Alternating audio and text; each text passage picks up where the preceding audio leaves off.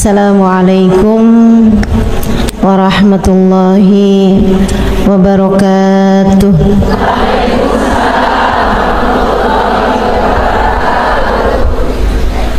Alhamdulillah, wassalatu wassalamu ala Rasulillah Muhammad ibn Abdillah wa ala alihi wa sahbihi wa man wala.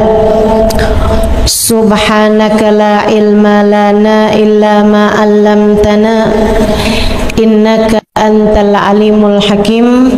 Rabbi shrah li sadri wa yassir li amri wahlul 'uqdatan min lisani yafqahu qawli, amma ba'du. Alhamdulillah, sama-sama kita hormati, kita muliakan Sahibatul Bait, pimpinan Majelis Ta'lim Nurun Nizam, dan juga sahabat Zahra Neng Haji Teh Nur Karyati. Kita doakan beliau beserta seluruh keluarganya, suami, anak, cucu, senantiasa dalam rahmat ridha Allah Subhanahu wa taala. Dipanjangkan umurnya, disehatkan badannya, dimudahkan urusannya, dikabulkan hajatnya, semakin dicinta Allah Subhanahu wa taala dan Rasulnya, dibahagiakan hidup dunia akhiratnya.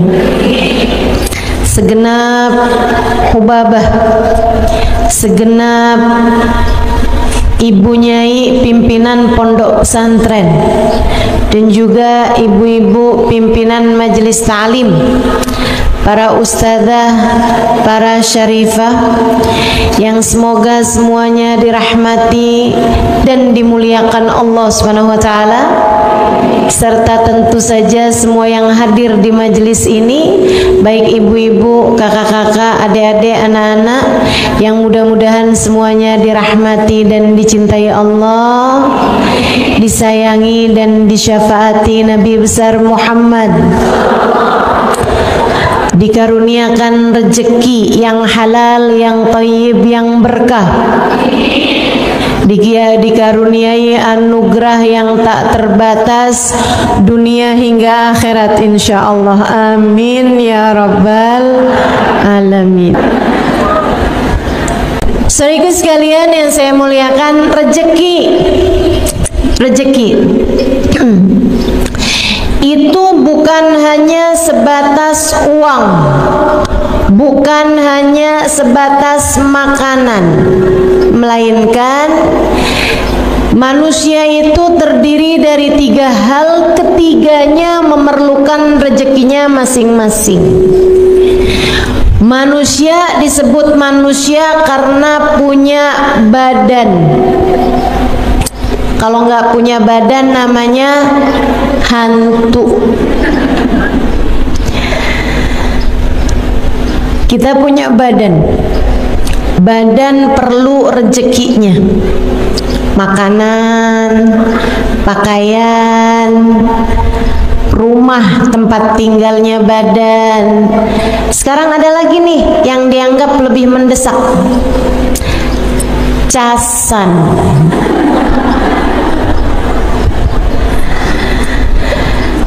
Badan perlu pakaiannya, perlu makanannya, dan itu adalah rezekinya badan kita.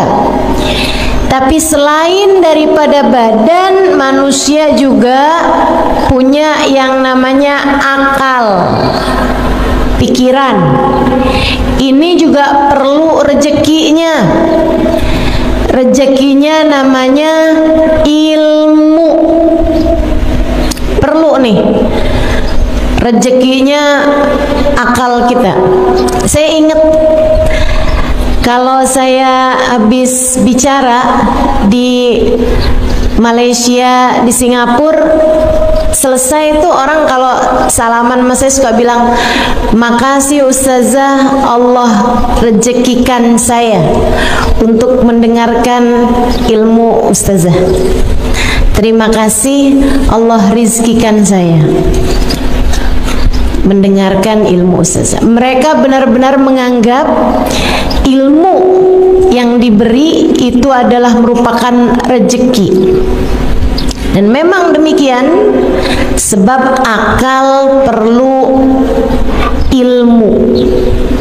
Mudah-mudahan kita semuanya dikaruniai ilmu yang manfaat, ilmu yang bawa kebaikan, kebahagiaan bagi dunia hingga akhirat, ilmu yang menjadi hujjah lana wala taj'alhu hujjah alaina birahmatika ya arhamar rahimin, amin ya rabbal alamin. Manusia punya badan, manusia punya akal, keduanya perlu rezekinya masing-masing, dan yang ketiga manusia punya hati. Hati perlu rezekinya. Rezekinya hati banyak. Orang kalau penuh rezeki hatinya, biasanya jadi nggak terlalu perlu sama rezeki badannya. Orang kalau hatinya rezekinya banyak, itu biasanya nggak terlalu memerlukan sama rezekinya badan. Apa rezekinya hati? Yang nomor satu adalah rahmatnya Allah. Rezekinya hati, kasih sayangnya Allah.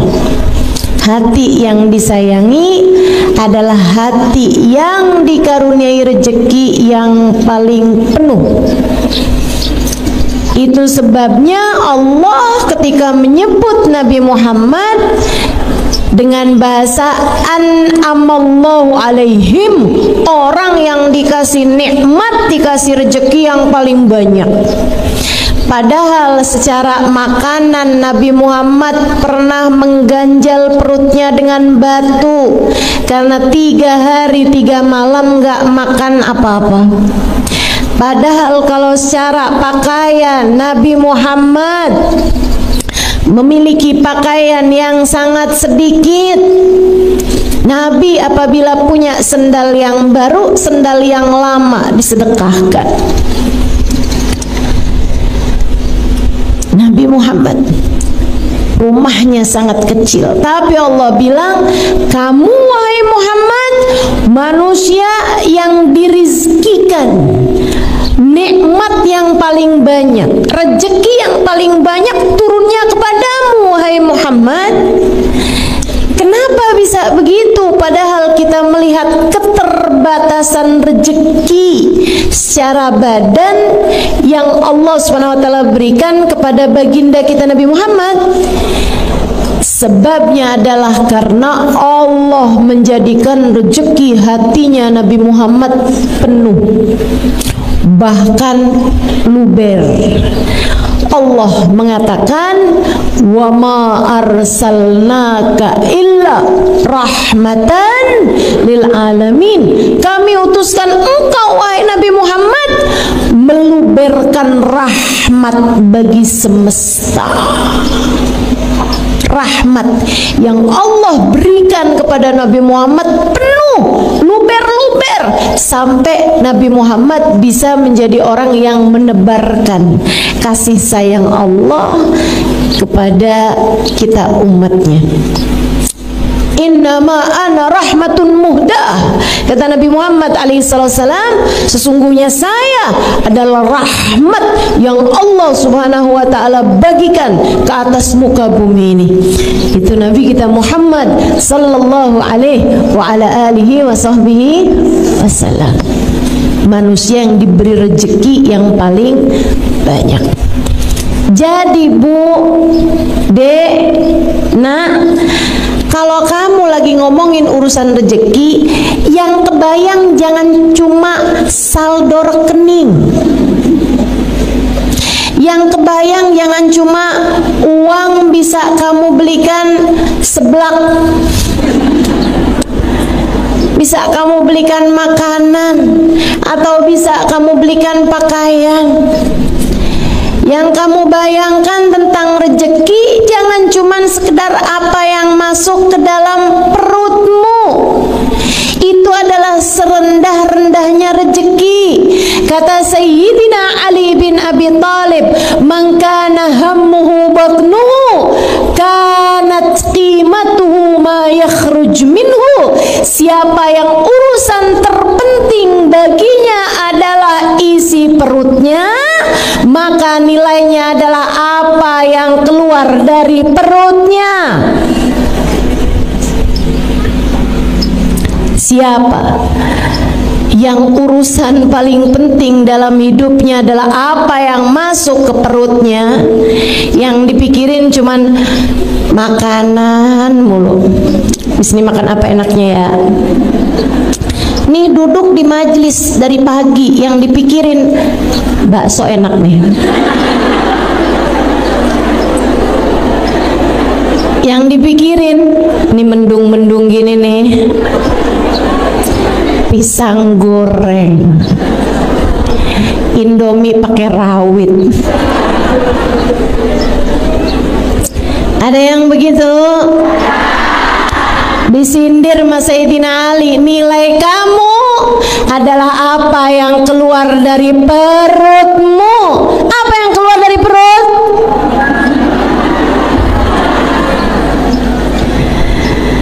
Ya Allah, rezeki bukan cuman sekedar itu, Bu. Rezeki bukan cuma itu, Dek. Rezeki bukan cuman sekedar makanan. Enggak gitu. Itu termasuk bagian dari rezeki, akan tetapi itu adalah serendah-rendahnya rezeki. Nah, kalau minta rizki, minta tuh sekalian rizki yang besar-besar. Bahkan badan kita ini, rezeki paling besarnya bukan makanan. Mauan mana punya makanan enak-enak tapi sakit, ama sehat tapi makanannya serba sedikit atau serba terbatas. Mauan mana? Sehat tapi makan enak, katanya iya. Teman-teman seiku sekalian yang saya muliakan, kesehatan itu adalah rezeki yang lebih besar daripada rezekinya makanan gitu. Kita tuh sama Allah kalau dikasih sehat, Bu, makan apa aja enak, betul?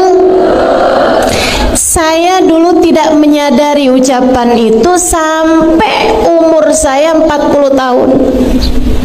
Udah di atas umur 40 tahun nih, ya Allah, nggak boleh salah makan dikit.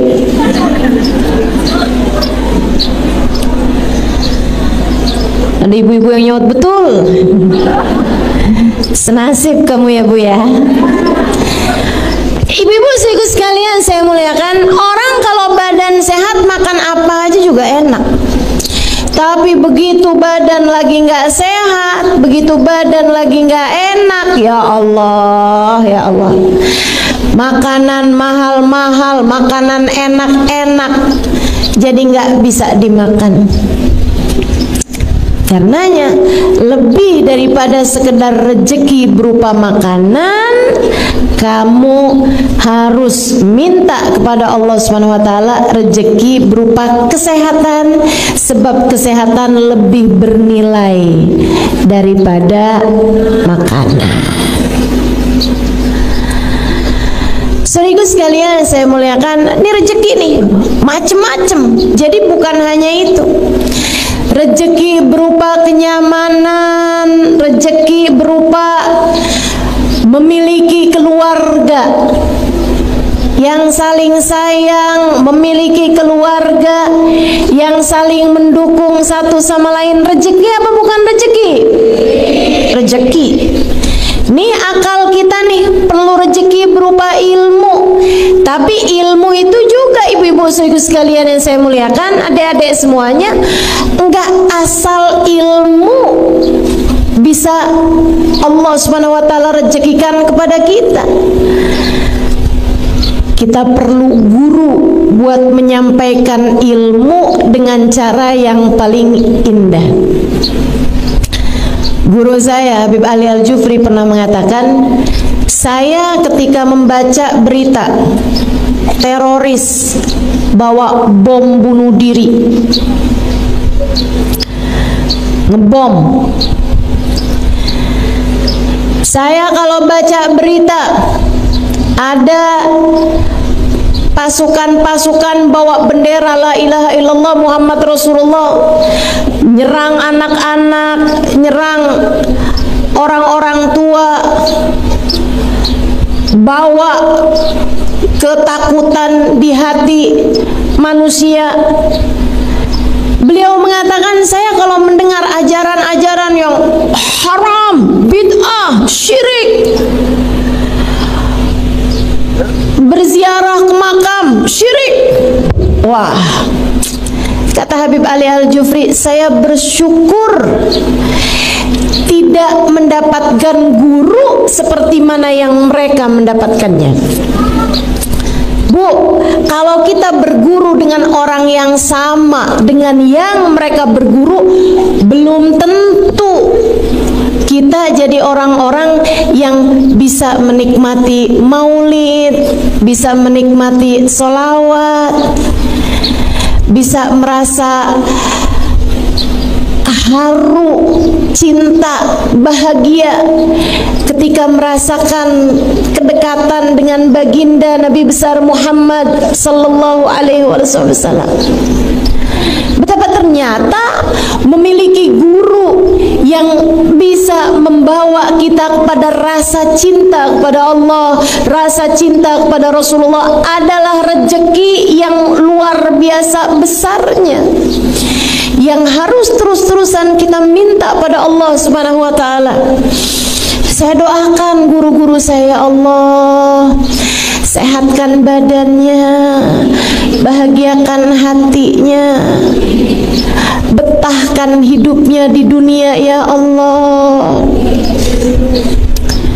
Kita doakan, Bu, Habib Umar bin Hafidh, Habib Zain bin Smith, para ulama-ulama kita, banyak ibu-ibu sekalian, baik yang ada di luar negeri ataupun yang ada di dalam negeri. Kita harus doakan ulama-ulama yang ada di sekitar kita nih, yang bawa kenyamanan, kebahagiaan saat kita menuntut ilmu pada mereka, harus kita doakan.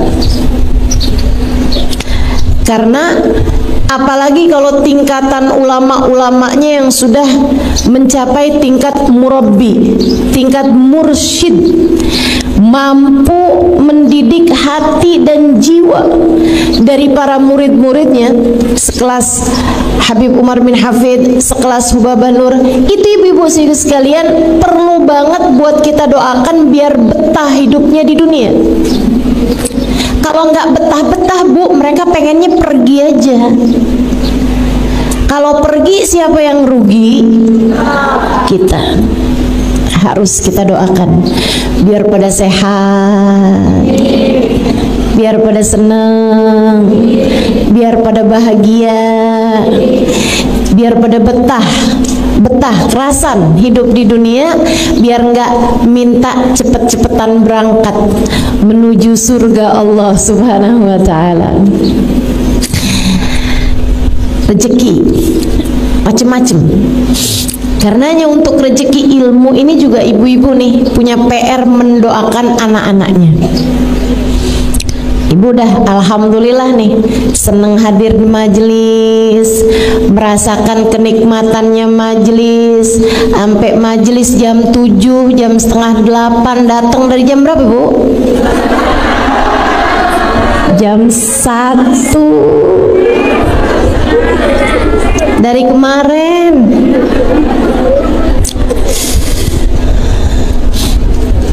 Dari tanggalannya belum ganti ya. Masya Allah. Saudariku sekalian yang saya muliakan, kamu perlu mendoakan anak-anakmu. Jangan sampai mereka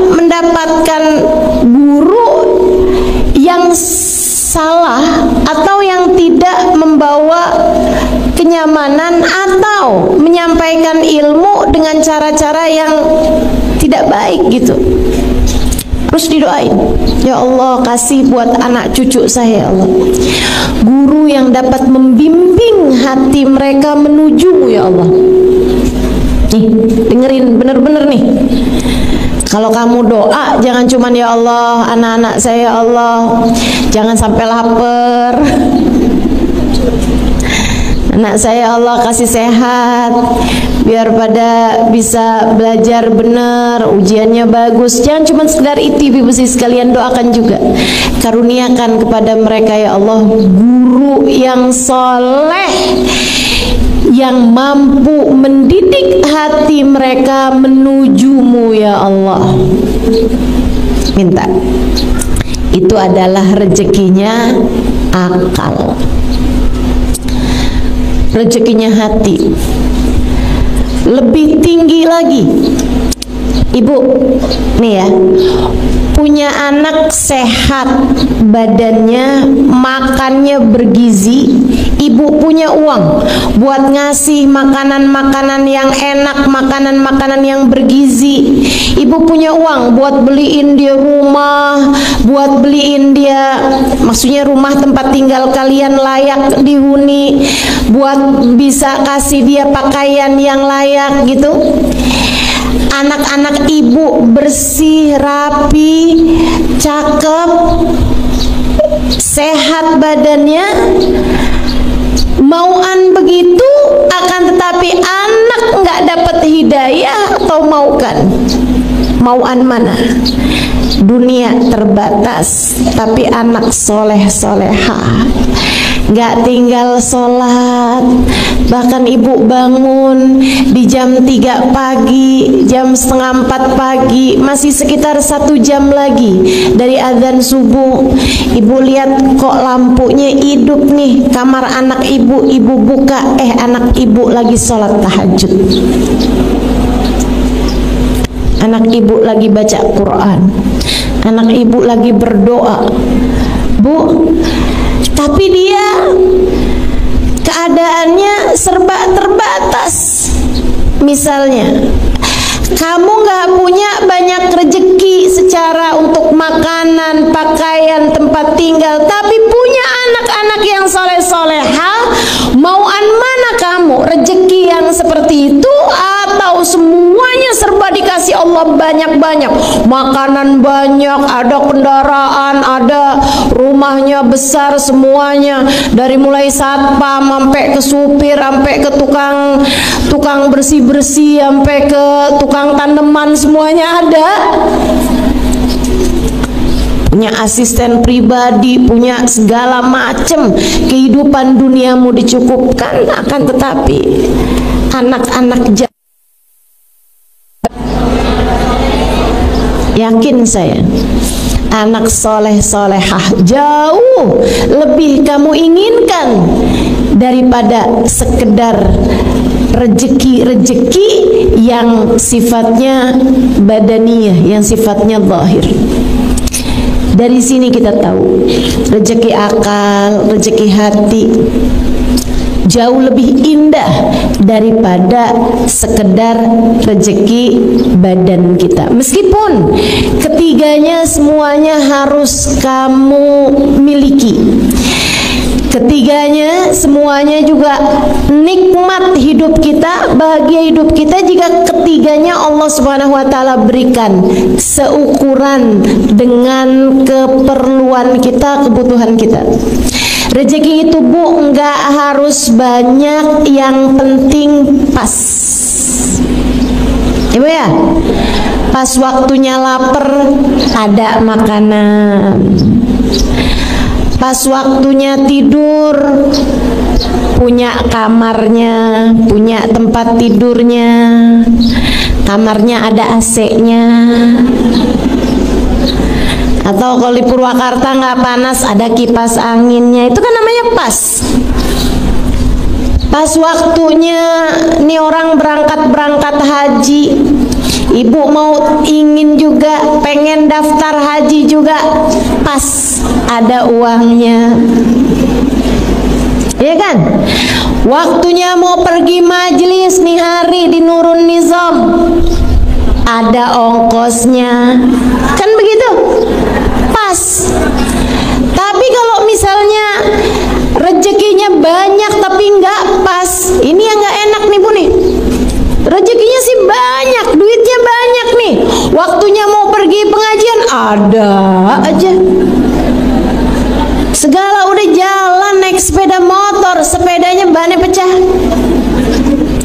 Ada aja gitu penghalang-penghalang dari mendapatkan kesenangan dan kebahagiaan. Makanya bukan itu yang kita minta. Yang kita minta itu rezeki yang pas. Itu pula yang diminta oleh baginda kita Nabi besar Muhammad sallallahu alaihi wasallam untuk rezeki keluarganya. Allahumma ja'al rizqa ali Muhammadin kafafa. Ya Allah, jadikanlah rezekinya keluarganya Muhammad adalah rezeki yang cukup. Yang diminta cukup sama Nabi, bukan berlebihan, bukan banyak, akan tetapi menenggelamkan. Karena rezeki yang penting cukup, yang penting pas. Mudah-mudahan Allah karuniakan kepada kita rezeki yang pas, rezeki yang cukup, rezeki yang jadi sebab kebahagiaan bagi hidup kita dunia hingga akhirat insyaallah. Amin ya rabbal alamin. Amin ya rabbal alamin. Rezeki itu yang enggak apa-apa banyak, itu rezekinya hati. Sebab rezekinya hati itu kalaupun banyak, itu yang ada adalah tumpah. Kalau tumpah, maka ia bisa mengalir kepada orang-orang di sekeliling. Kamu kalau sama Allah diluberkan rahmatnya Allah subhanahu wa ta'ala ke dalam hatimu, yang ada rahmatnya Allah bakal luber. Kalau udah rahmatnya Allah luber ke dalam hatimu, anak-anakmu ikut merasakan rahmat tersebut, jadinya adem, pada soleh, hidayah, sholatnya benar, akhlaknya bagus. Bapak ibu sekalian, kalau kamu lihat, kenapa ya anak saya ini keras-keras, suami saya juga keras, ngomong gak pernah pelan, marah-marah mulu. Bu, kurang rahmat. Hati kamu kurang diturunin rahmat, hati keluargamu kurang diturunin rahmat. Kamu kurang rezeki berupa rahmatnya Allah subhanahu wa ta'ala. Orang kalau diturunin rahmatnya Allah, kasih sayangnya Allah penuh dalam hatinya, kasih sayang tersebut membuatnya akan menyayangi siapapun dan membuatnya tak tega menyakiti siapapun. Orang kalau besar rahmatnya Allah dalam hatinya, dia akan menyayangi siapapun dan apapun, dan akan membuatnya tak sampai hati menyakiti siapapun dan apapun. Bahkan kepada binatang sekalipun dia tak sampai hati menyakitinya. Ibu-ibu sekalian saya muliakan, Habib Ali Habsyi, penulis Maulid Simtud Durar, itu ibu, beliau mengatakan, sepanjang hidup saya di kota Sewun tidak ada orang yang bertengkar. Kenapa bisa begitu? Dari besarnya rahmat, dari besarnya rezeki berupa rahmat yang Allah Subhanahu wa ta'ala turunkan ke dalam hatinya Habib Ali Al-Habsyi. Masya Allah, Masya Allah. Ibu liatin tuh, anak-anak ibu pada suka bertengkar apa enggak? Yang nggak salahin emaknya juga. Kenapa ya Ustazah, anak saya kalau ngomong kasar? Kamu bagaimana? Iya sih, ya nggak salah. Kurang rahmat, kurang rahmatnya Allah Subhanahu wa ta'ala. Ayo nih, kita perlu nih semua rezeki-rezeki nih. Nah, gimana nih cara ngebuka rezeki-rezeki ini nih? Termasuk nih adik-adik jomblo nih. Sampai setiap majelis kalau udah waktunya doa, ya Allah jodoh ya Allah. Anaknya Pak Lurah cakep tuh ya Allah. Baik juga kelihatannya. Jodohin saya sama dia ya Allah. Kalau nggak sama dia yang mirip sama dia ya Allah. Daripada susah-susah dia aja deh ya Allah.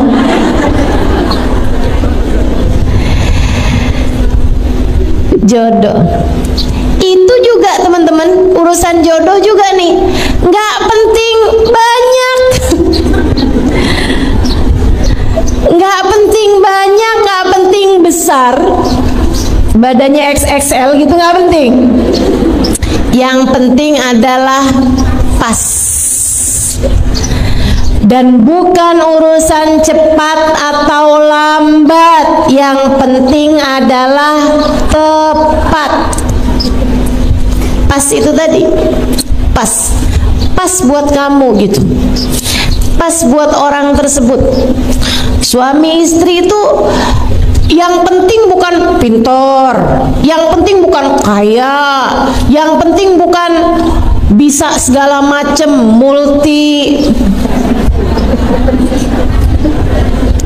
multimedia, enggak gitu ya. Yang penting tuh bukan hal-hal yang seperti itu, akan tapi suami sama istri itu yang penting pas, tepat, klop gitu.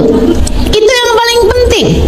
Dan itu juga bagian dari rizki, bagian dari rejeki.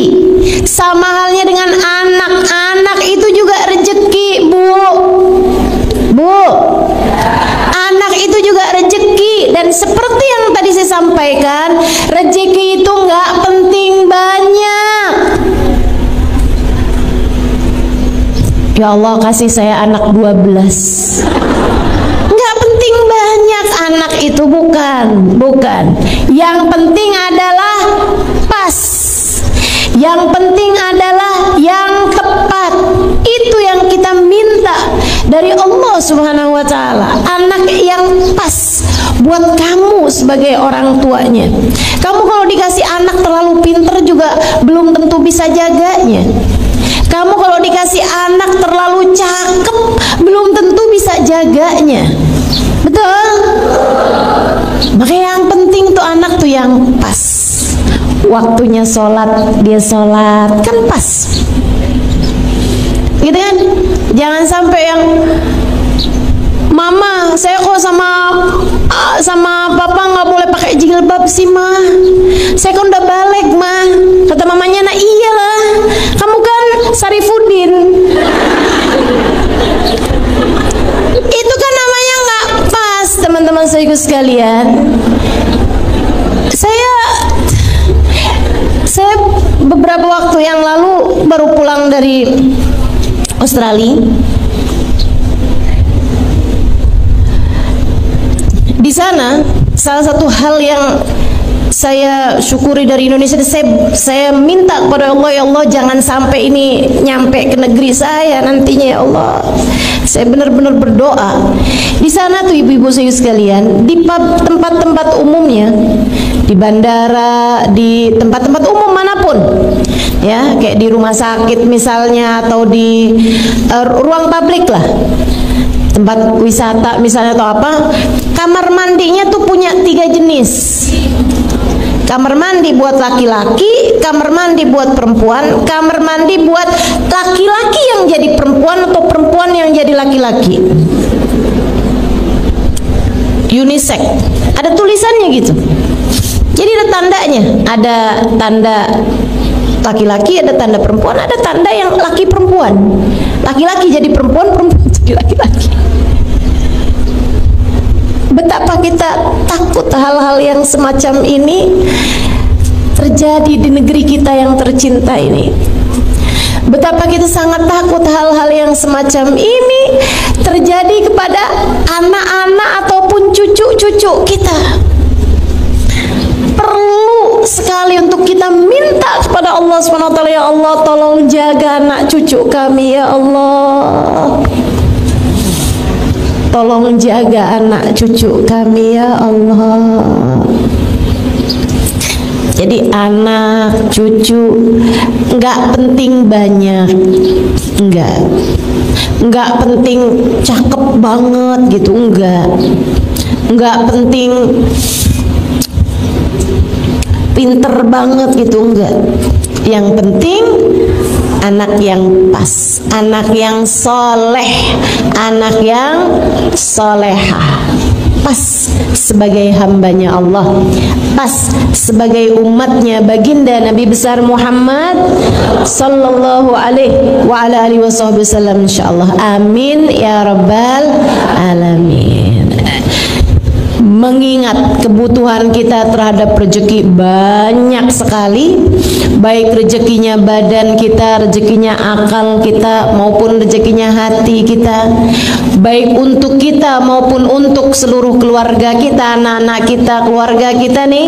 Karenanya akan saya sampaikan kepadamu 10 hal pembuka pintu rezeki. Enggak akan saya terangkan dengan detail semuanya gitu, enggak. Karena kalau diterangkan dengan detail sampai asar nih kayaknya. Jadi saya akan sampaikan pelan-pelan 10 hal yang dapat menjadi pembuka pintu rezeki bagimu, baik rezeki zahir seperti yang saya sampaikan, rezeki berupa makanan, minuman, tempat tinggal, kendaraan, gitu kan ya, handphone, kenyamanan, apapun aja, rezeki zahir maupun rezeki batin, seperti yang tadi saya sampaikan, ilmu, guru yang dapat membimbing kita, kajian-kajian yang menyenangkan. Kita mesti juga doakan negeri kita, mudah-mudahan senantiasa Allah SWT tetapkan keadaannya menjadi negara yang bebas ngaji dimanapun dan kapanpun. Alhamdulillah. Kita minta sama Allah SWT, tetapkanlah rezeki yang ini ya Allah, tetapkanlah rezeki yang ini. Karena saya banyak jalan kemana-mana ibu-ibu sekalian, bukan mudah untuk sebuah negara memperkenankan rakyatnya untuk mengadakan kajian-kajian secara umum seperti kita ini. Susah. Saya kalau mau ngisi di Singapura 6 bulan sebelumnya mesti tanda tangan banyak banget, karena dimintakan perizinan kepada negaranya untuk bikin satu acara itu dimintakan kertas yang sangat banyak sekali, harus ditandatangani secara langsung oleh pihak yang akan membuat acara tersebut atau mengisi acara tersebut. Bukan mudah. Itu pun juga nggak bisa pakai sarana-sarana umum seperti kita semacam ini gitu ya. Maksudnya nggak orang duduk sampai di jalan-jalanan, itu nggak bisa tuh, mereka tuh harus ngadainnya di tempat yang memang kayak gedung atau tempat-tempat pertemuan atau sekurangnya masjid gitu kan. Itu yang diperkenankan gitu. Sangat sulit sekali kalau ibu pergi ke negara-negara, bahkan kayak negara-negara Saudi Arabia, Abu Dhabi gitu ya, Uni Emirat Arab, juga bukan mudah untuk mengadakan kajian-kajian umum semacam ini. Salah satu dari yang dimudahkan membuat kajian-kajian umum besar-besar semacam ini selain Indonesia, yang saya lihat adalah Hadramaut, Yaman. Di sana juga sama nih kayak begini nih, Habib Umar bikin majelis di pasar, Habib Umar bikin kajian-kajian di mana-mana saja tempat, dan bahkan masjid-masjid mereka mengadakan hataman Al-Quran sampai ke jalan-jalanan, semuanya penuh orang, pemandangan yang luar biasa indahnya. Mudah-mudahan Allah SWT tetapkan negeri ini dan juga negeri Hadramaut ditetapkan kenikmatan-kenikmatannya, dan negara-negara yang lain juga insya Allah. Mudah-mudahan Allah SWT karuniakan kenikmatan semacam kenikmatan yang Allah berikan kepada negeri kita ini insya Allah. Amin ya rabbal alamin. Juga rezeki hati, semua hal yang akan saya sampaikan ke 10-10-nya ini membuka pintu rezeki zahir dan batin. Yang pertama, Kalau kamu pengen rezekimu terbuka, hal pertama yang harus kamu lakukan adalah taat sama perintah Allah, jauhi dosa. Karena rezeki itu adalah sesuatu yang Allah Subhanahu wa ta'ala berikan dan kamu inginkan. Bagaimana mungkin Allah memberi kepadamu apa yang kamu mau jika kamu tidak melaksanakan apa yang Allah mau? Kerjain dulu yang Allah mau, kamu akan diberi apa yang kamu mau. Taat. Nomor 1, kerjakan perintah Allah, jauhi larangan Allah. Sampai-sampai katanya Sayyidina Fudail bin Iyad, kalau saya tidak salah ingat, salah satu dari ulama-ulama kita, idza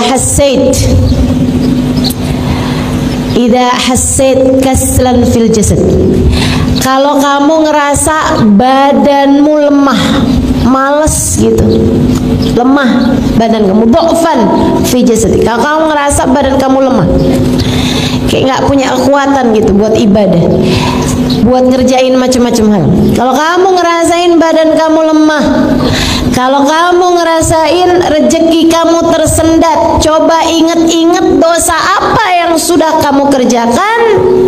Innal dzunub, sungguhnya dosa-dosa memberatkan punggungmu untuk dapat memaksimalkan potensi yang Allah Subhanahu wa ta'ala berikan kepadamu. Dosa bikin badan jadi sakit, dosa bikin rezeki jadi seret. Jadi ibu-ibu nih, daripada kamu nuntut suami habis-habisan, kalau nggak bawa duit banyak jangan pulang sekalian ke rumah. Daripada kamu kayak begitu bu sama suami, mendingan kamu introspeksi diri. Ya Allah, rezeki seret banget, dosa apa nih saya nih? Coba diinget-inget. Ngomongin orang, sih. Bohongin suami, iya juga sih. Ngomel-ngomel mulu sama suami sama anak, sih. Nyubit anak, iya juga sih.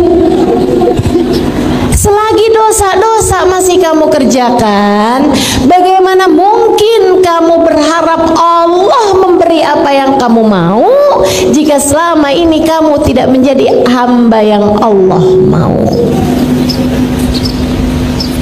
Bu, sampai-sampai saya pernah dengar satu ungkapan, la ghina ma'az zina. Saya nggak pasti apakah itu ucapan dari baginda Nabi Muhammad SAW, entah itu hadis, entah itu ucapan dari seorang ulama, tapi yang pasti kebenarannya memang nyata. La faqra ma'azina, la faqra ma'abduha, kama la ghina ma'azina. Tidak ada kefakiran bersama dengan salat duha. Nanti akan saya sampaikan. Ya, nomor 1 ini, kerjakan perintah Allah, tinggalkan larangan Allah. La ghina ma'azina, tidak ada kekayaan bersama dengan perzinaan. Hisan wa makna, kata guru saya, guru kita Habib Umar bin Hafid. Hisan wa makna, secara zahir dan batin. Artinya orang kalau berzina, dia belum bertaubat dari perbuatannya, masih aja gitu, tar ketemu sama pacarnya atau sama orang yang dia cintai itu ya, yang dia senengin itu, kemudian dia berzina gitu kan. Teman-teman sih sekalian, walaupun sekarang sedang tidak mengerjakan perbuatan zina itu, tapi dalam masa-masa dia belum bertaubat dari perbuatan zinanya tersebut, tidak akan Allah berikan kekayaan, kecukupan, gak akan. Kurang aja terus, ambisi aja terus, kepengen ini, kepengen itu, terus aja gitu. Walaupun uang saldo di rekeningnya udah banyak, kurang aja rasanya.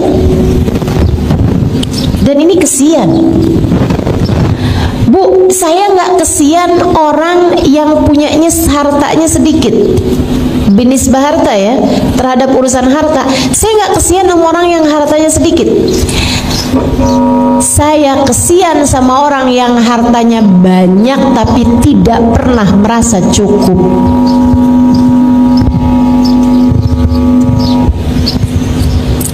Saya kesian sama orang yang hartanya banyak tapi tidak pernah merasa cukup. Terus aja ambisi, sampai curigaan mulu. Kalau dia perempuan kan curiga aja sama HP suaminya, curiga aja nih suaminya pergi kemana nih, hidupnya blingsatan, takut setengah mati. Kalau malam-malam susah tidur, takut ada yang bobol rumahnya, hidupnya terus saja ketakutan gitu. Begitu ada kabar kalau perusahaannya bangkrut, perusahaannya rugi, sedikit aja ngomongnya, wah kalau rugi seperti ini besok kita makan apa? Padahal duit sisanya masih banyak. Ibu-ibu sekalian, saya ngerasa berbahagia tinggal di Indonesia, di mana orang-orangnya tuh bisa loh, dia ngojek tapi kredit motor, penghasilannya itu sehari 50.000, sehari 70.000 gitu, tapi sanggup gitu hatinya buat bayar kredit motor gitu kan, luar biasa. Jadi teman-teman sekalian, masalahnya bukan sama berapa uang yang kamu punya, berapa nilai yang kamu punya, tapi kemampuan hati untuk bisa merasa cukup dengan rezeki yang Allah Subhanahu wa taala berikan gitu. Saya nggak kesian di sini nih sama perempuan-perempuan yang misalnya gitu, suaminya cuman ngasih dia sebulannya berapa? Saya nggak ngerti tuh, nggak pernah ikutan belanja soalnya. Anggap 500.000 misalnya gitu, buat belanja harian, masa cukup nggak itu? Nggak cukup. 1 juta deh, 1 juta gitu ya, nggak cukup juga. Emang iya?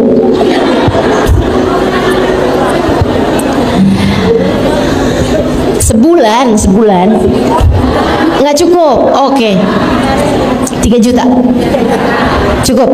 Oke, ya, saya nggak kesian misalnya nih cukupnya nih 3 juta, tapi dia sama suaminya dikasih sebulan 2 juta buat belanja hari-harian gitu, buat masak hari-harian. Saya nggak kesian sama orang yang seperti itu. Yang saya kesianin adalah perempuan-perempuan yang suaminya udah ngasih setiap bulannya 10 juta, tapi mukanya nggak ada senyum-senyumnya kecuali tanggal muda.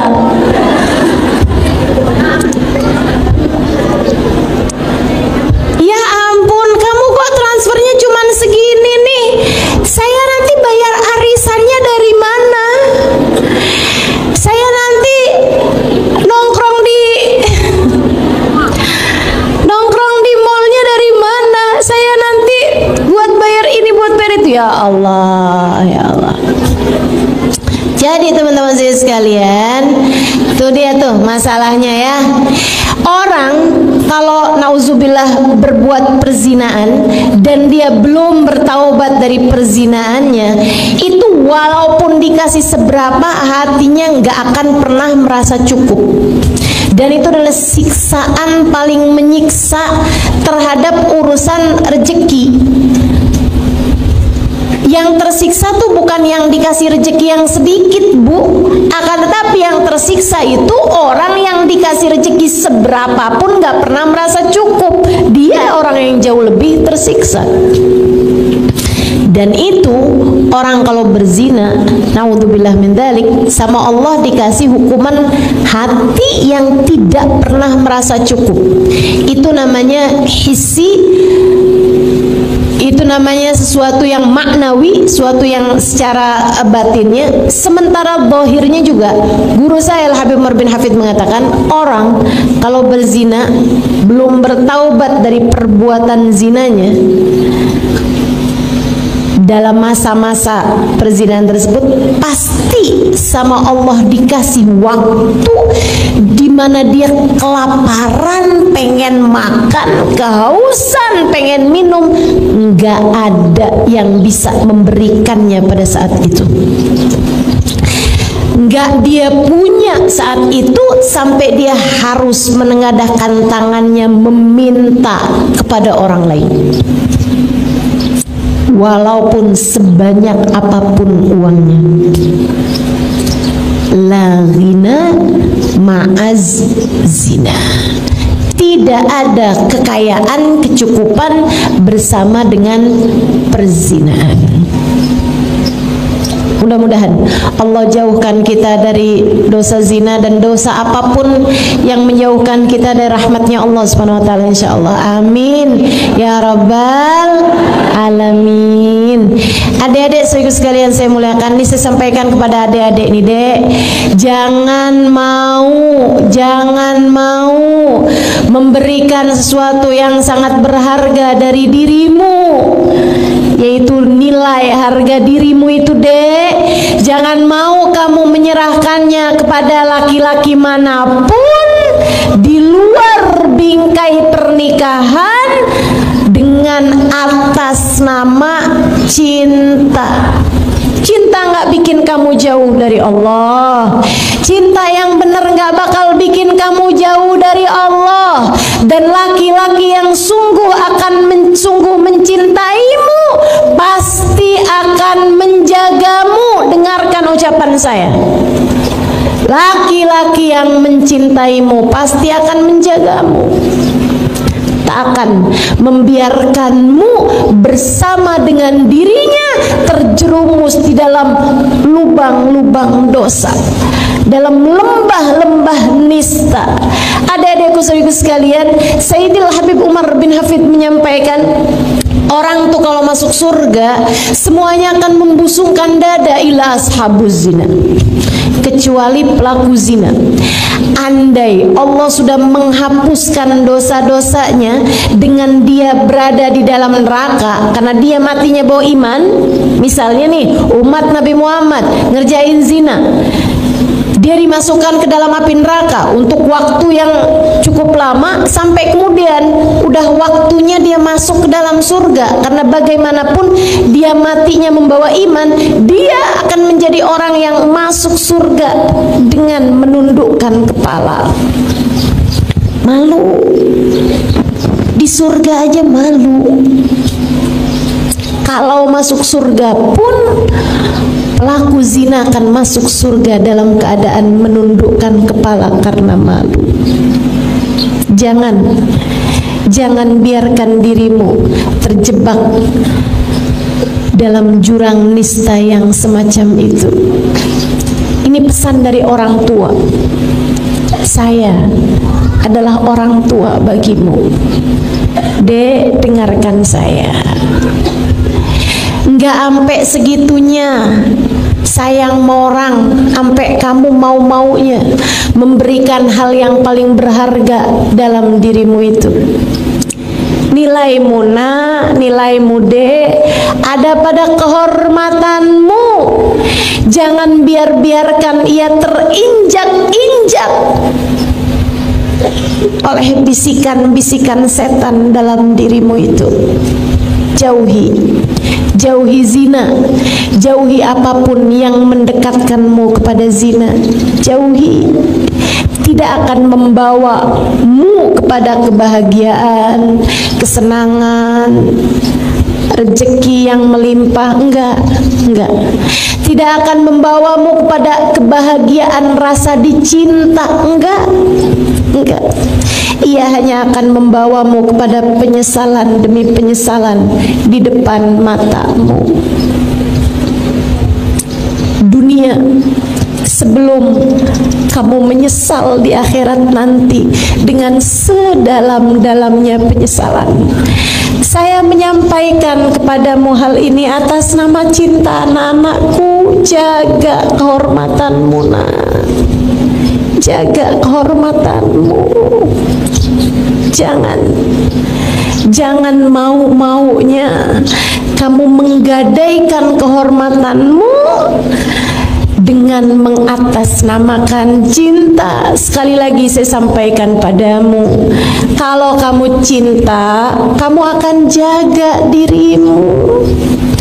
Kalau dia adalah laki-laki yang benar mencintaimu, dia akan menjaga dirimu, tak akan mau menyentuhmu kecuali sesudah kalian halal, dihalalkan oleh pernikahan. Jangan love ghina ma'azina.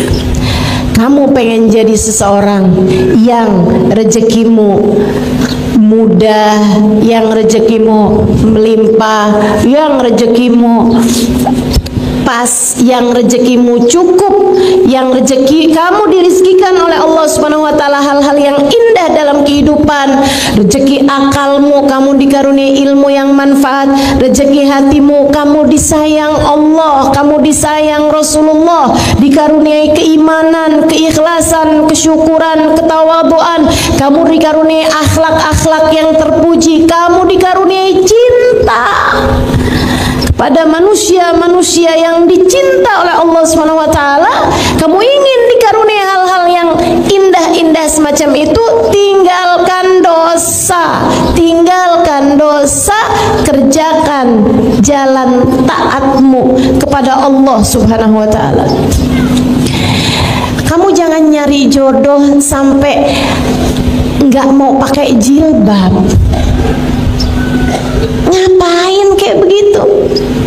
Susah ustazah dapat jodoh kalau laki-laki nggak lihat betapa indahnya rambut saya ini. Susah ustazah dapat laki-laki yang mau menikahi saya kalau dia nggak tahu betapa sangat seksinya badan saya ini.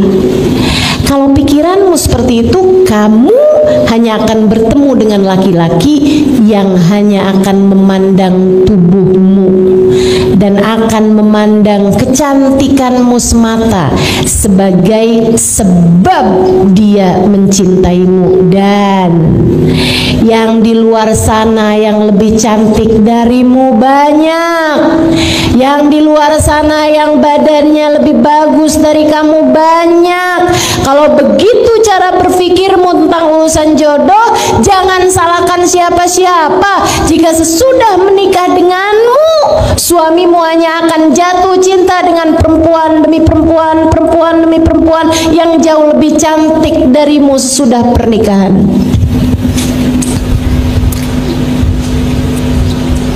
Naikkan nilaimu dengan menaikkan taatmu di sisi Allah. Percaya saya, kamu menjadi apa yang Allah mau, Allah akan beri apa yang kamu mau.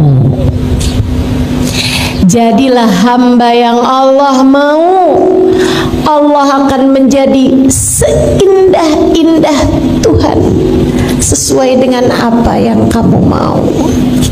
Allah akan beri padamu apapun yang kamu inginkan.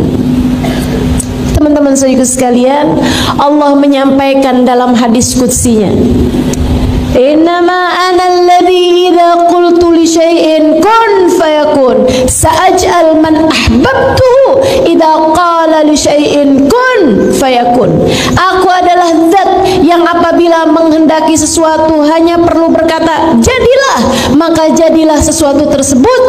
Aku akan menjadikan hamba-hamba yang aku cintai apabila menghendaki sesuatu hanya perlu berkata jadilah, maka jadilah sesuatu tersebut. Kalau kamu dicinta, kamu akan diberi sesuai dengan yang kamu inginkan. Maka Jalan pertama untuk membuka pintu rezekimu adalah dengan taat dan jauhi dosa. Insya Allah. Yang kedua, ibu-ibu sekalian saya muliakan, nih, kalau kamu kepengen wangi, kamu mesti deket sama orang yang tukang jual minyak wangi, atau sekurangnya kamu mesti deket sama orang yang wangi-wangi, biar kamu bisa dikasih minyak wangi, kan gitu ya? Ya kan? Itu sesuatu yang niscaya, teman-teman. Kalau kamu pengen pinter, kamu harus deketi orang yang pinter-pinter. Kalau kamu pengen solehah, kamu mesti deketi orang-orang yang solehah-solehah.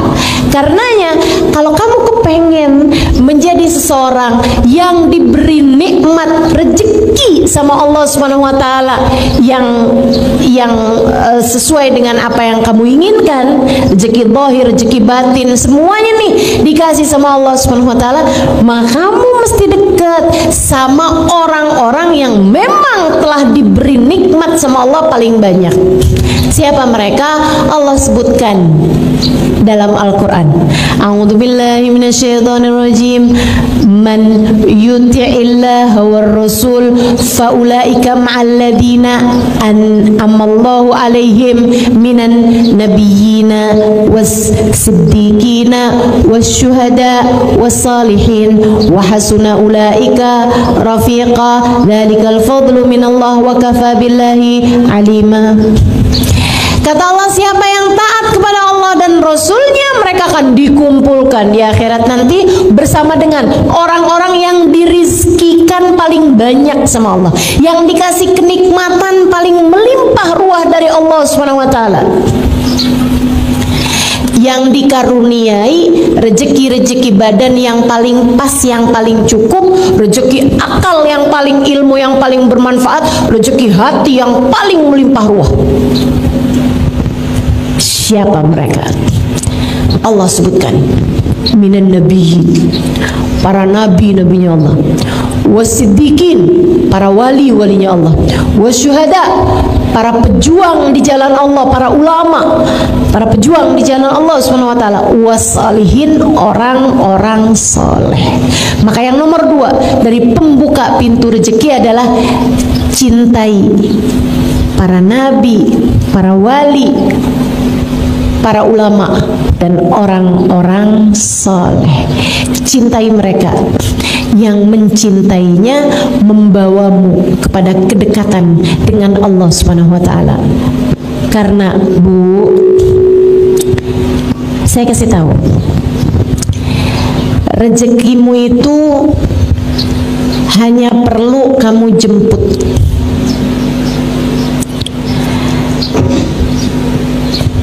Kalaupun kamu tidak tahu rezekimu ada di mana, rezekimu tahu kamu ada di mana. Ia akan sampai kepadamu mau tak mau. Masalahnya, di mana alamat rezeki?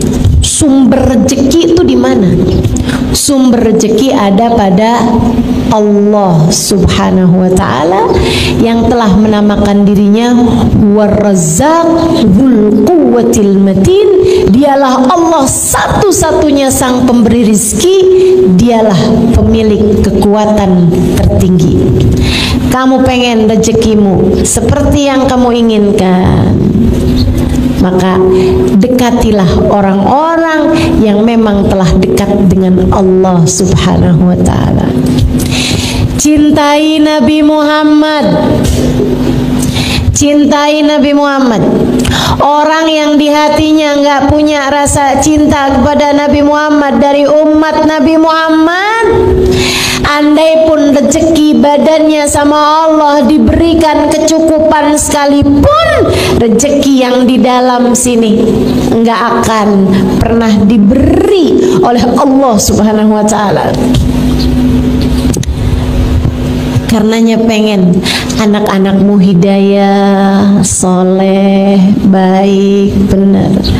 Pengen kamu disayang sama suamimu, dicintai sama suamimu, suamimu cintanya sama yang halal-halal, kamu pun juga begitu.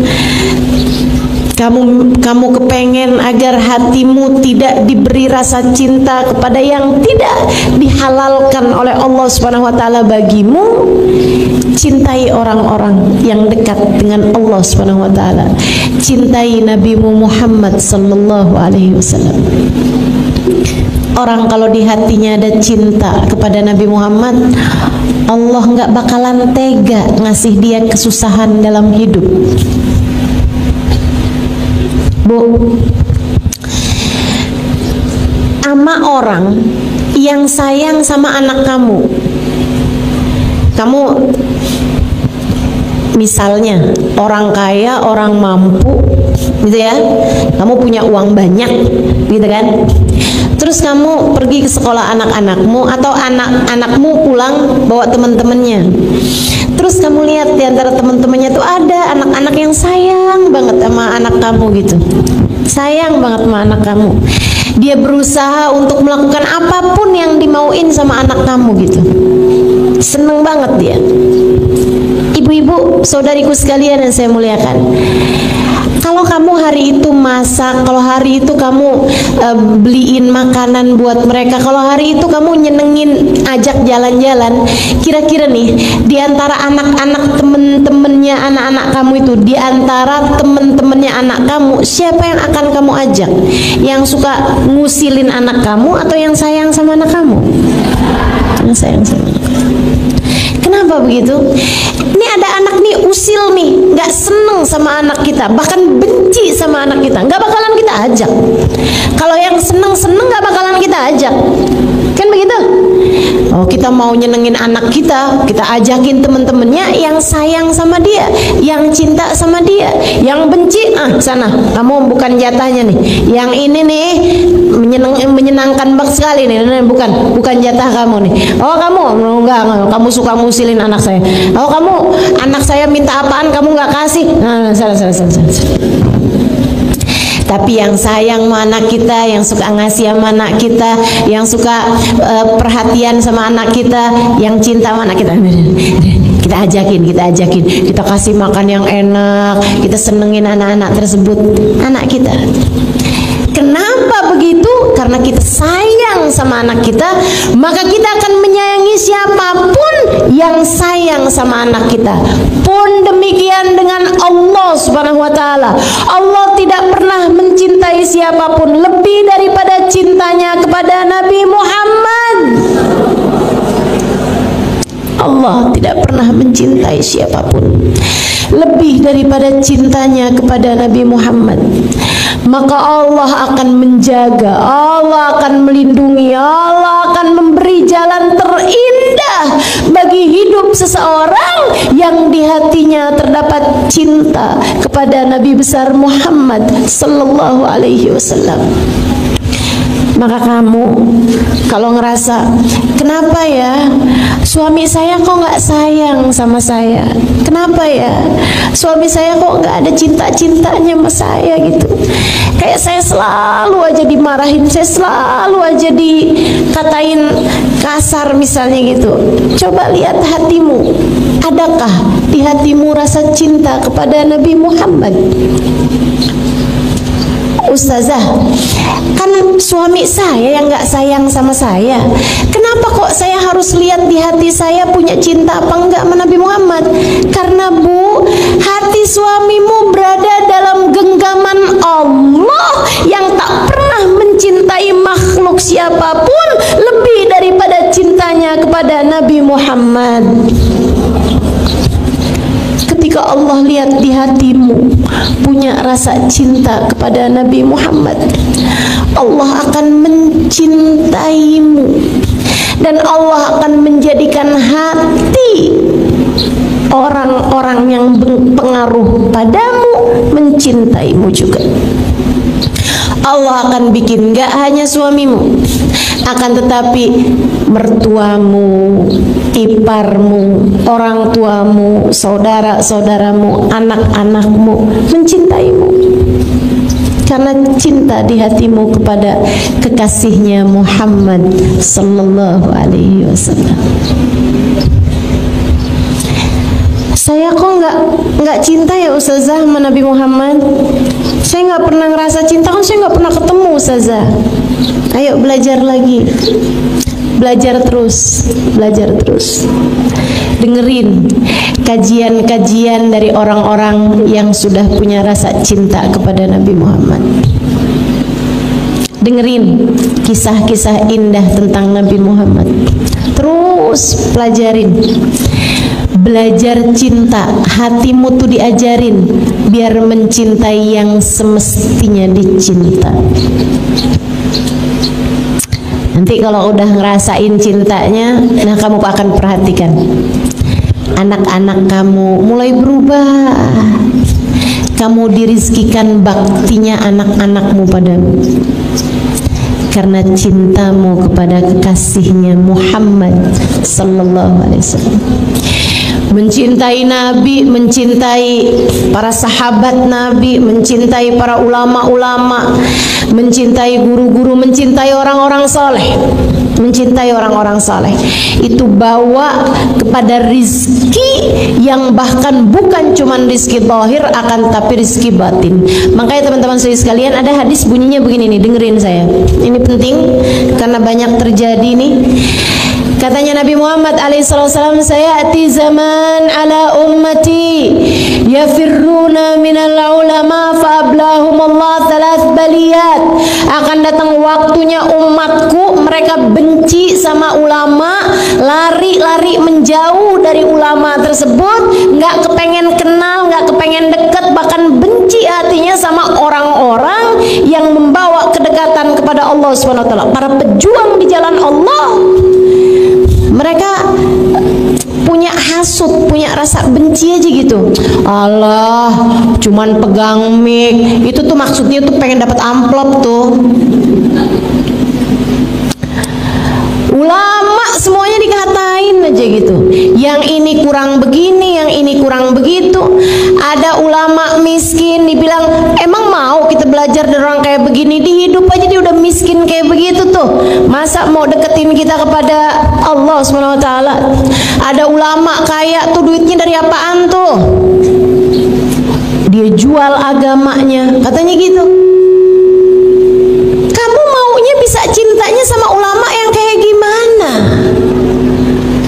Saudaraku sekalian yang saya muliakan, maka masalahnya ini bukan pada ulama yang kaya atau ulama yang miskin. Masalahnya ada mah hatimu tuh punya penyakit-penyakit, sehingga kalau ada pejabat kaya kamu puji-puji tuh, enak tuh jadi pejabat tuh, kaya, hidupnya mulia. Begitu ada pejabat miskin tuh, dia tuh nggak korupsi tuh.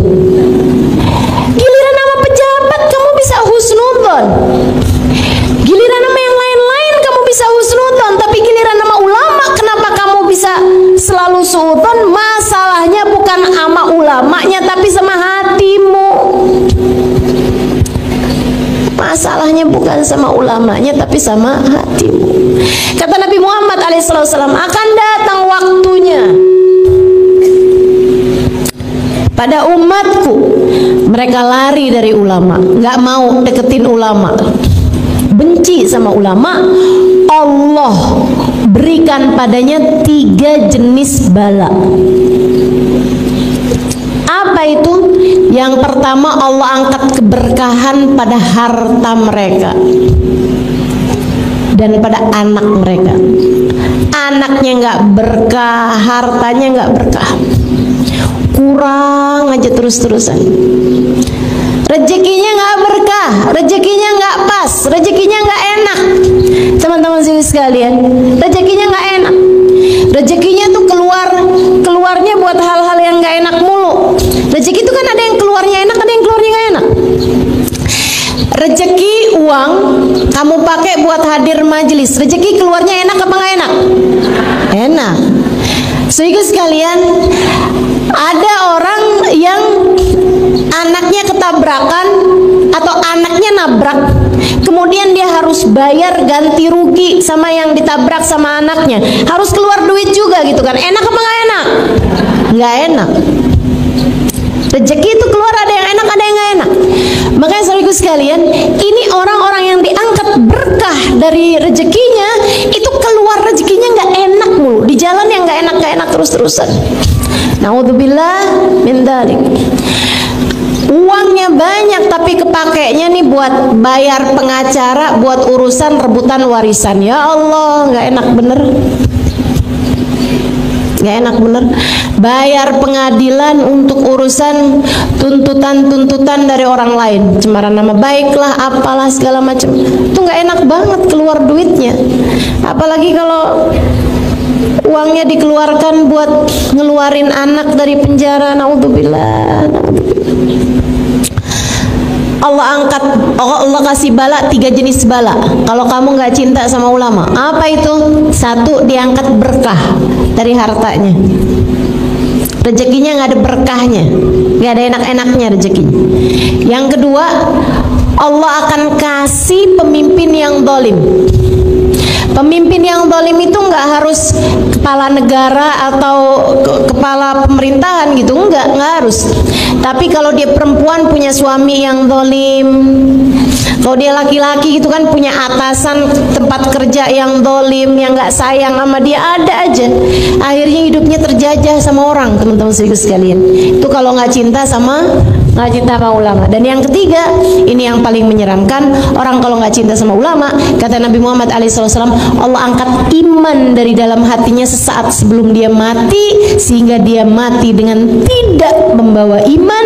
Dia mati bukan sebagai umatnya Nabi besar Muhammad sallallahu alaihi wa ala alihi wa sahbihi wasallam. Maka hal kedua yang harus kamu lakukan untuk membuka pintu rezekimu adalah cintai orang-orang saleh, cintai para ulama, cintai para wali-walinya Allah Subhanahu wa taala. Dengan kamu senang berziarah ke makam mereka yang meninggal dunia, dan kamu senang untuk mendatangi majelisnya para ulama-ulama yang masih hidup di atas muka bumi, dan cintain yang nomor satunya adalah baginda Nabi besar Muhammad sallallahu alaihi wa alihi wasallam.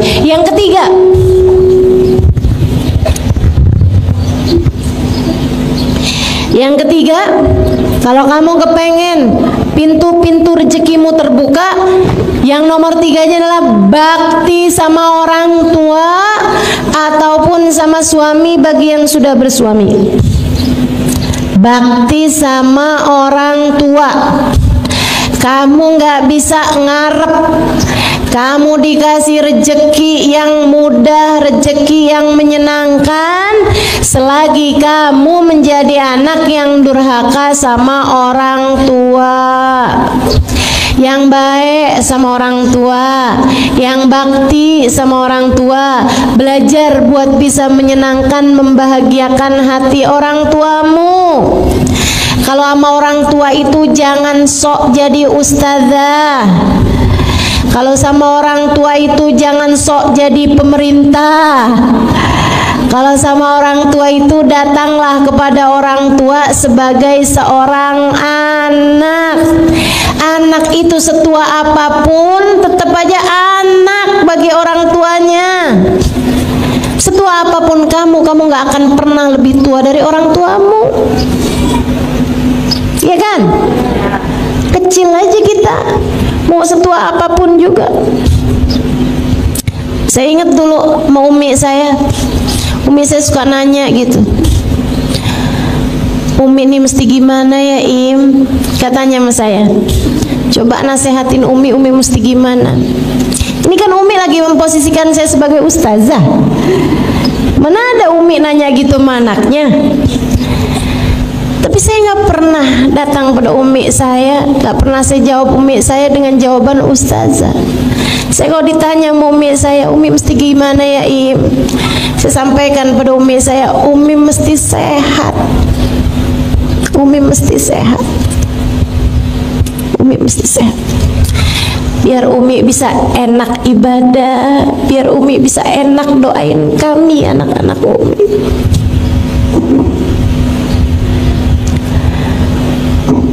Sama orang tua itu nggak usah bawa-bawa dalil, teman-teman. Sayangi aja. Nggak usah bawa hadis, nggak usah bawa ayat-ayat Quran, nggak usah. Sayangin aja, sayangin. Tapi ibu saya nggak mau sholat, ustazah. Doain. Linangan air matamu meminta kepada Allah Subhanahu wa taala, ya Allah, saya sayang ibu saya, ya Allah, saya sayang mama saya, ya Allah. Maka jangan biarkan ia berada dalam neraka-Mu di akhirat nanti. Selamatkan ia darinya, berikanlah hidayah-Mu padanya. Linangan air matamu mendoakan orang tuamu punya nilai sangat besar di hadapan Allah, lebih daripada ceramah-ceramah yang kamu sampaikan, lebih daripada kamu menyampaikan dalil apapun kepada orang tuamu itu.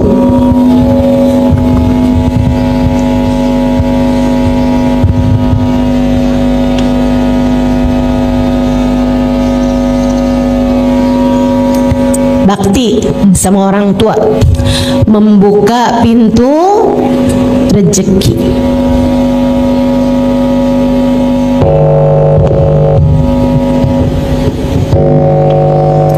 Nih buat adik-adik jomblo, para jombloers, kamu salah satu dari hal yang bisa bikin kamu mudah-mudahan deket dengan jodoh yang soleh. Ini yang amin kenapa emak-emak ya?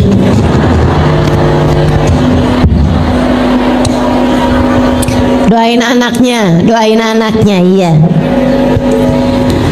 Coba lihat bagaimana caramu memperlakukan orang tuamu. Dek, nak, kamu pengen ada seorang laki-laki yang menyayangimu, belajarlah buat sayang sama orang tua yang telah menyebabkan kehadiranmu di atas muka bumi ini. Saya tahu orang tuamu gak sempurna,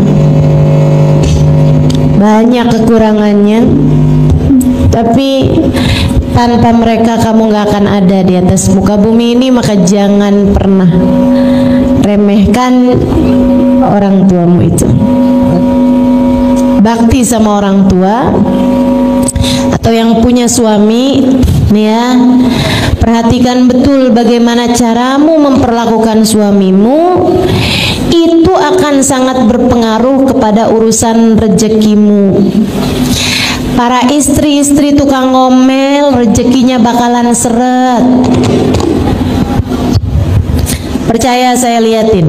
Makanya saya sih selalu percaya sama istilah rezeki istri solehah. Emang bener, istri tuh kalau solehah rezekinya bakalan melimpah ruah. Istri kalau solehah bakalan dikasih sama Allah rezeki yang mudah. Istri kalau solehah, Allah Subhanahu wa taala bakalan kasih rezeki yang berkah. Maka jadilah istri yang solehah dan jadilah anak yang berbakti kepada orang tuamu. Kamu telah membuka pintu rezeki bagimu. Gitu ya. Yang nomor 3. Yang nomor 4, kamu kalau kepengen rezekimu itu juga luas, gampang, mudah, berkah, membuka pintu-pintu rezeki, silaturahmimu dijaga. Silaturahmi itu sama siapa? Sama kaum kerabatmu, teman-teman. Sama kaum kerabatmu tuh, sama kakak, sama adik, sama ponakan, sama bibi, yang baik, yang baik. Sama saudara-saudaramu tuh yang baik. Kamu kalau jadi orang yang penuh perhatian sama saudara-saudaramu, ini nih mikrofon nih bagian dari rezeki.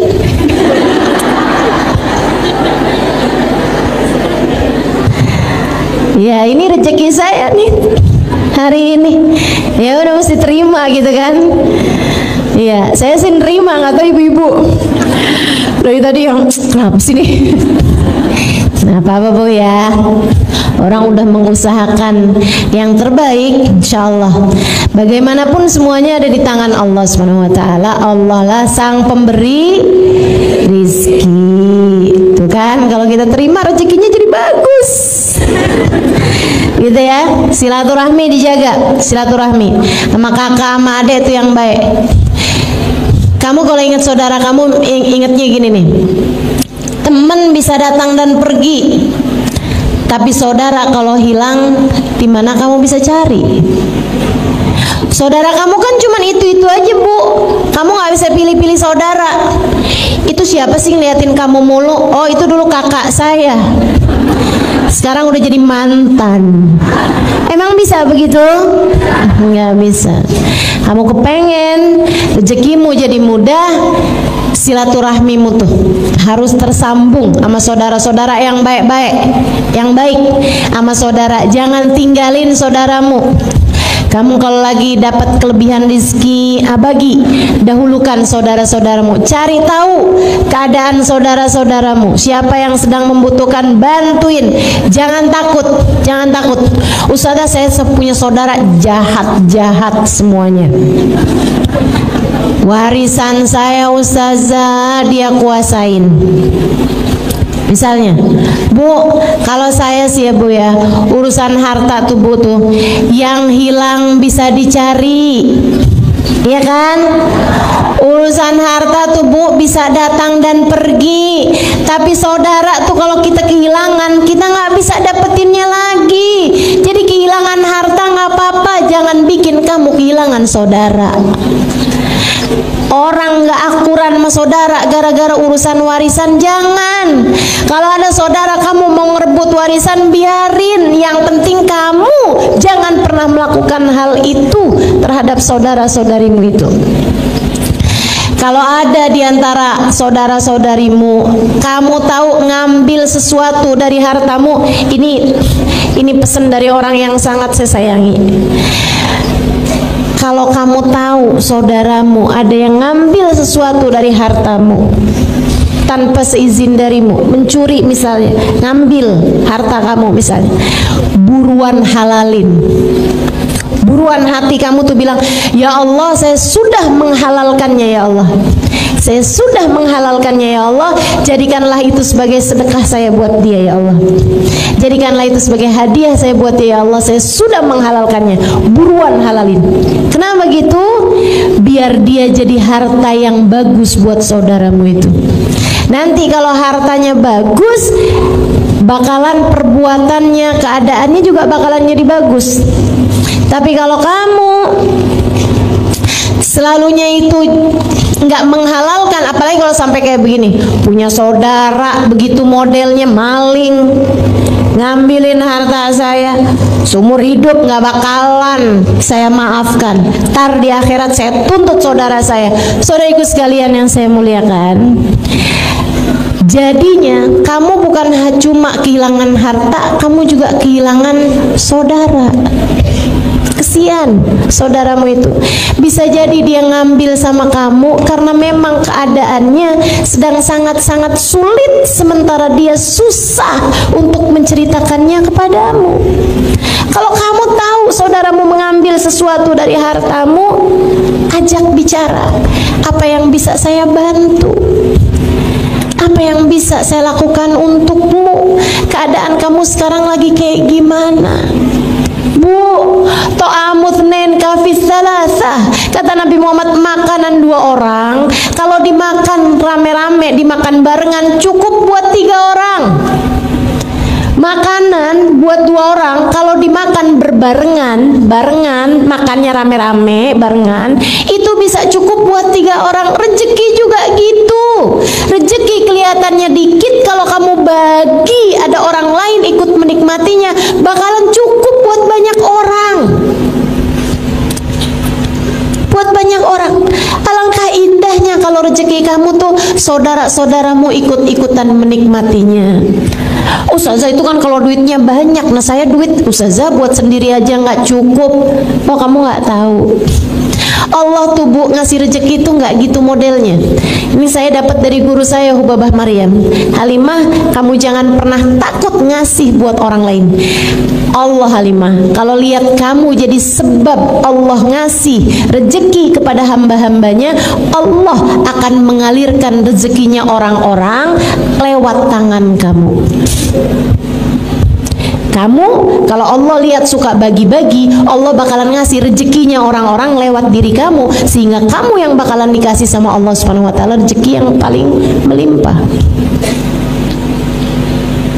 Jadi jangan takut untuk memberi dan bersilaturahmi kepada saudara-saudaramu terutamanya, sebab itu adalah pintu pembuka rezeki. Berikutnya sedekah, ya. Yang kelimanya adalah sedekah. Itu tadi sedekah tuh. Sampai-sampai katanya Nabi Muhammad alaihissalam, innal bala la yatakhatta riqabas sadaqah. Sungguhnya bala enggak akan bisa melewati pundaknya sedekah. Jadi kalau udah ketahanan sama sedekah, kita tuh ngerjain sedekah, itu bala mau turun keangkat semua, nggak jadi tuh, mendal semua, mental semua, balanya, musibahnya mental. Kalau kehalangan sama sedekah, teman-teman sekalian, sedekah itu memang benar-benar bisa memberikan rezeki dari Allah Subhanahu wa taala. Itu akan lebih mudah kamu mendapatkan rezekinya, segala macam rezeki termasuk kesolehan anak-anakmu seperti yang sudah saya sampaikan. Itu kalau kamu sedekah tuh bisa lebih mudah berharap kesolehan anak-anakmu. Gitu ya. Ini anak lagi mau ujian nih, misalnya lagi mau proses penerimaan di sekolah yang kamu harapkan bisa bagus anak kamu sekolah di sana gitu. Udah kamu istikharahkan sekolahnya bagus gitu kan, tapi kok kayaknya susah nih mau masuknya nih, mau tembusnya nih. Nah, sedekah. Bahkan Nabi Muhammad alaihissalam mengatakan, dawu mardakum bis sadaqat, sembuhkanlah sakit orang-orang di antara kalian dengan sedekah. Ibu-ibu sekalian, mohon maaf, hati suamimu misalnya sedang berpaling kepada perempuan yang lain yang nggak halal baginya, kamu mesti ngapain? Ini dia nih, kamu mesti membuka pintu rezeki taat, rezeki hidayah, rezeki hati yang bahagia, rezeki takwa ke dalam hati suamimu dan ke dalam hatimu sendiri juga, dengan salah satunya adalah bersedekah. Sedekah, jangan takut sedekah. Dan gak usah nyari yang jauh-jauh Bu, kalau sedekah itu yang ada di sekelilingmu, tetangga-tetanggamu, orang-orang yang datang ke rumahmu, saudara-saudarimu mungkin, al-aqrab yang terdekat yang harus didahulukan. Orang yang kerja di rumahmu mungkin itu dulu yang harus kamu dahulukan gitu. Ustazah mesti niat nggak sih kalau misalnya gitu, ya Allah nih mudah-mudahan nih hati suami ini biar nggak tertarik sama yang haram, saya sedekah dengan niat semoga Allah Subhanahu wa taala kasih kesembuhan pada hati suami saya yang sekarang sedang berpenyakit mencintai yang haram. Mencintai yang haram itu penyakit apa bukan penyakit? Penyakit, saudaraku sekalian saya muliakan. Suka sama barang-barang haram penyakit apa nggak penyakit? Penyakit. Makanya buat balikin nih, buat sembuhin, salah satunya kata Nabi Muhammad, dawu mardakum bisadaqat, sembuhkanlah orang-orang yang sakit di antara kalian dengan sedekahmu itu. Sedekah. Bismillah. Perlu niat apa enggak Ustazah? Enggak, pokoknya kamu sedekah, insya Allah Allah Subhanahu wa taala akan membetulkan apa-apa yang salah-salah yang ada di antara kehidupanmu itu. Insya Allah semuanya bakalan jadi lebih bagus semuanya dengan kamu memperbanyak sedekah. Insya Allah. Jangan nunggu kaya buat sedekah. Ya, jangan nunggu kaya buat sedekah. Bahkan Allah tuh nggak menilai sedekahmu dari seberapa banyak yang kamu keluarkan. Enggak. Kalau misalnya nih ada orang punya ratusan juta, dia bersedekah 1 juta, nah itu lebih kecil nilainya di mata Allah daripada orang yang punya 1 juta dia sedekahkan 100.000. Kalau ada orang punya uangnya 1 juta, dia sedekahkan 100.000, artinya dia sudah bersedekah dengan 10% harta atau uang yang dia punya. Itu jauh lebih banyak daripada sedekahnya orang 1 juta, tapi hartanya dia ratusan juta gitu. Mudah-mudahan ya Allah Subhanahu wa taala karuniakan kepada kita hati yang dermawan, insyaallah. Amin ya rabbal alamin. Kemudian yang keenam, kalau kamu pengen dibukakan pintu-pintu rezeki, jangan tinggalkan sholat duha. Seperti yang tadi saya sampaikan, la faqra ma'ad duha, tidak ada kefakiran bersama dengan sholat duha. Sholat duha itu sholat rezeki, sholat yang membuka pintu-pintu rezeki bagi dirimu itu. Teman-teman saudaraku sekalian, bantuin suamimu lagi nyari nafkah, bantuin dengan kamu sholat duha. Anak-anakmu lagi menuntut ilmu biar gampang dapetin rezeki ilmu mereka, bantuin dengan kamu sholat duha. Dirimu sendiri juga pergi ngaji, melaksanakan ibadah-ibadah pada Allah Subhanahu wa taala. Kamu kepengen dirizkikan akhlak yang baik, pengen dirizkikan ilmu yang manfaat, pengen dirizkikan badan yang sehat, bantuin dengan kamu tidak meninggalkan sholat duha. Insya Allah. Berapa rakaat Ustazah? Bebas, boleh 2, boleh 4, boleh 6, boleh juga 8. Saran saya, walaupun sedikit jangan ditinggal. Jangan sekalinya duha banyak tapi besok-besokannya libur. Kamu sholat apaan sih? Banyak banget. Iya, saya sholat duha. Berapa banyak? 8. Banyak kamu buat 4 hari. Ini 3 harinya libur. Nggak gitu, ibadah tuh nggak gitu ya. Kerjakan walaupun 2 rakaat tapi setiap hari. Nah itu jauh lebih berpengaruh bagimu daripada sekali ngerjain banyak akan tapi kemudian kamu tinggalkan. Insya Allah. Tentu yang fardu-fardu jangan ditinggal. Jangan sholat subuh kagak, duha iya. Yang nomor 7, kalau kamu ingin pintu rezekimu terbuka, jangan tinggalkan surat Al-Waqiah. Ini buat siapapun nih yang bilang ya ampun susah banget nih, ada utang, ya Allah rezeki kok seret banget. Baca Wadduha, baca Al-Waqiah. Baca Al-Waqiah. Al-Waqiah apaan dah Ustazah? Bismillahirrahmanirrahim Al-Waqiah. Enggak gitu. Surat Al-Waqiah. Kamu baca dari awal sampai akhirnya. Kapan Ustazah bacanya? Kapan aja. Boleh pagi barengan habis selesai sholat duha, boleh asar habis selesai sholat asar misalnya, boleh juga malam hari, tergantung dari ke lapangan waktumu untuk baca surat Al-Waqiah ini.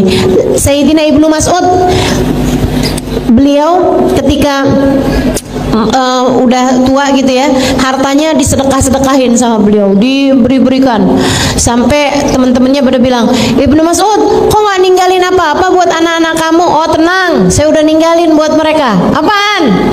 Suratul Waqiah. Ini taraktu lahum suratul Waqiah. Aku telah meninggalkan untuk mereka surat Al-Waqiah karena saya pernah dengar Nabi Muhammad alaihissalam mengatakan, siapa yang membaca suratul Waqiah setiap harinya, Allah SWT akan amankan dia dari segala kefakiran. Ya, akan dikaruniai keamanan dari kefakiran. Kemudian yang ke-8, ya, tambah ringkas-ringkas nih. Yang ke-8, jangan lupa setiap subuh, antara azan subuh ini ya, buat yang rasa rezekinya seret, amalin ini.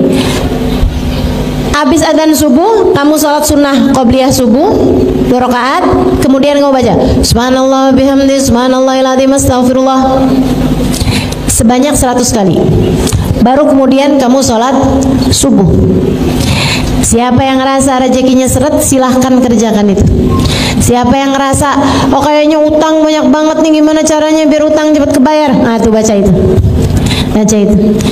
Urusan-urusan rezeki ini yang sedang berada dalam kesulitan-kesulitan rezeki, silahkan amalkan. Apa tadi bacanya?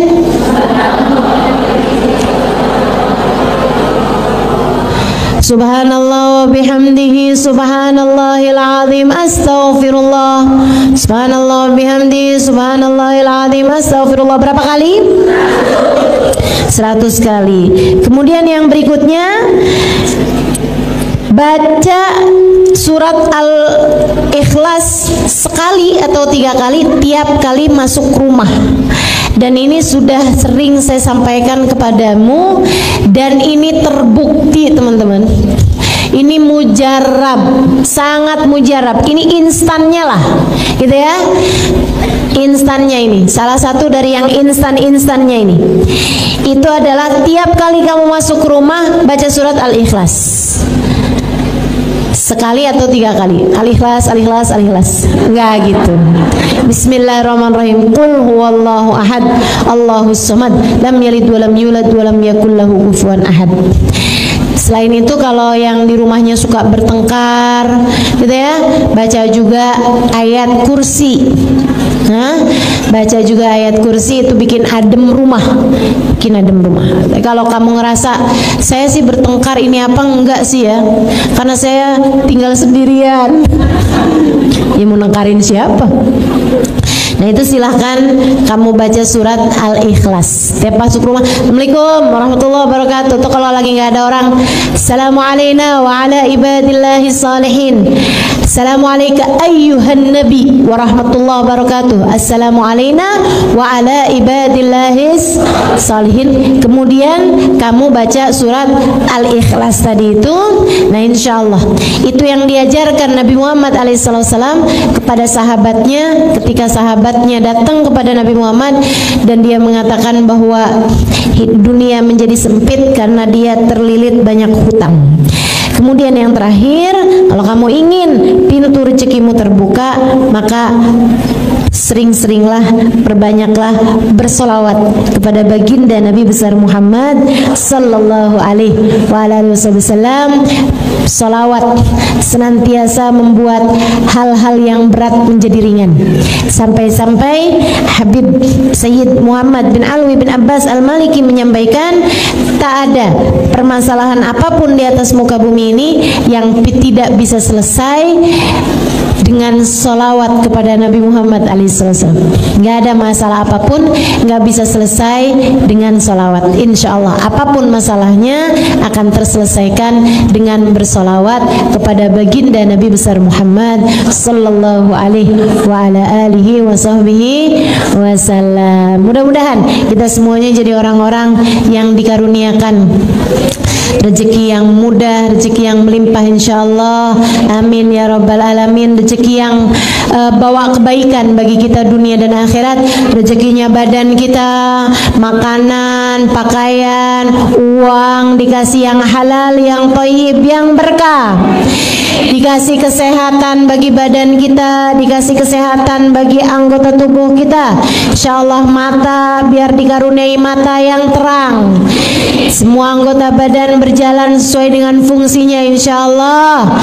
Dan kita juga minta pada Allah Subhanahu wa taala rezeki bagi akal kita, dan terutamanya adalah rezeki bagi hati kita. Dilimpahi rahmatnya Allah, dilimpahi keimanan, dilimpahi kasih sayang dari Allah, dilimpahi keberkahan dari Allah Subhanahu wa taala, dilimpahi akhlak yang mulia, dikaruniakan kebaikan-kebaikan dunia dan akhirat, dikaruniakan cinta di hati kita kepada Allah, kepada Rasulnya, kepada hamba-hamba yang mulia, dikaruniai hati kita sifat-sifat yang baik insyaallah, dijauhkan dari segala penyakit-penyakitnya. Ala hadhihi niyah wa bikulli niyatin salihah jami'ah syamilah. Kita doakan hal yang seperti ini juga untuk seluruh keluarga yang kita sayang, untuk untuk orang tua kita, untuk suami kita, untuk anak-anak kita, untuk orang-orang yang kita sayang semuanya. Insyaallah ala hadhihi niyyah wa bi kulli niyatin salihah jami'ah syamilah la hadratin Nabi Muhammad sallallahu alaihi wa ala alihi wasallam. Al-Fatihah.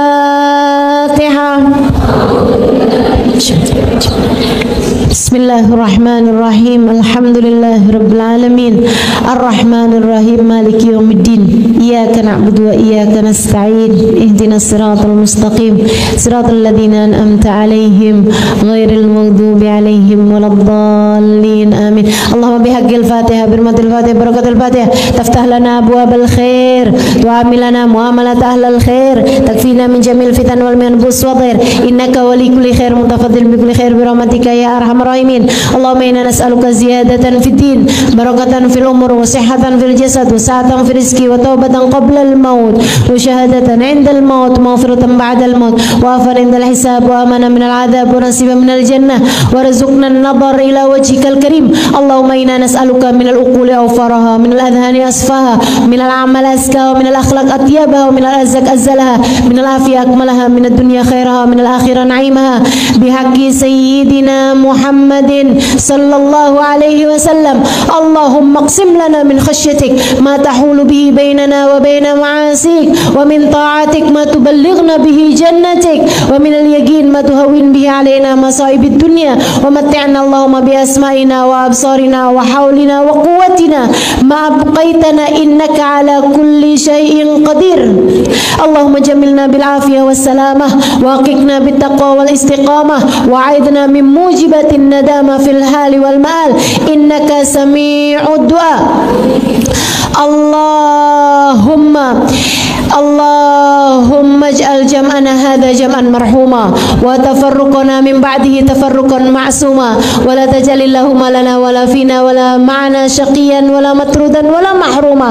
Allahumma rabbana atina fid dunya hasanah wa fil akhirati hasanah wa qina adzaban nar bi fadli subhana rabbika rabbil izzati amma yasifun wa salamun alal mursalin walhamdulillahi rabbil alamin. Taqabbalallahu minna wa minkum, taqabbal ya karim. Terima kasih segala perhatiannya, kurang lebihnya mohon maaf.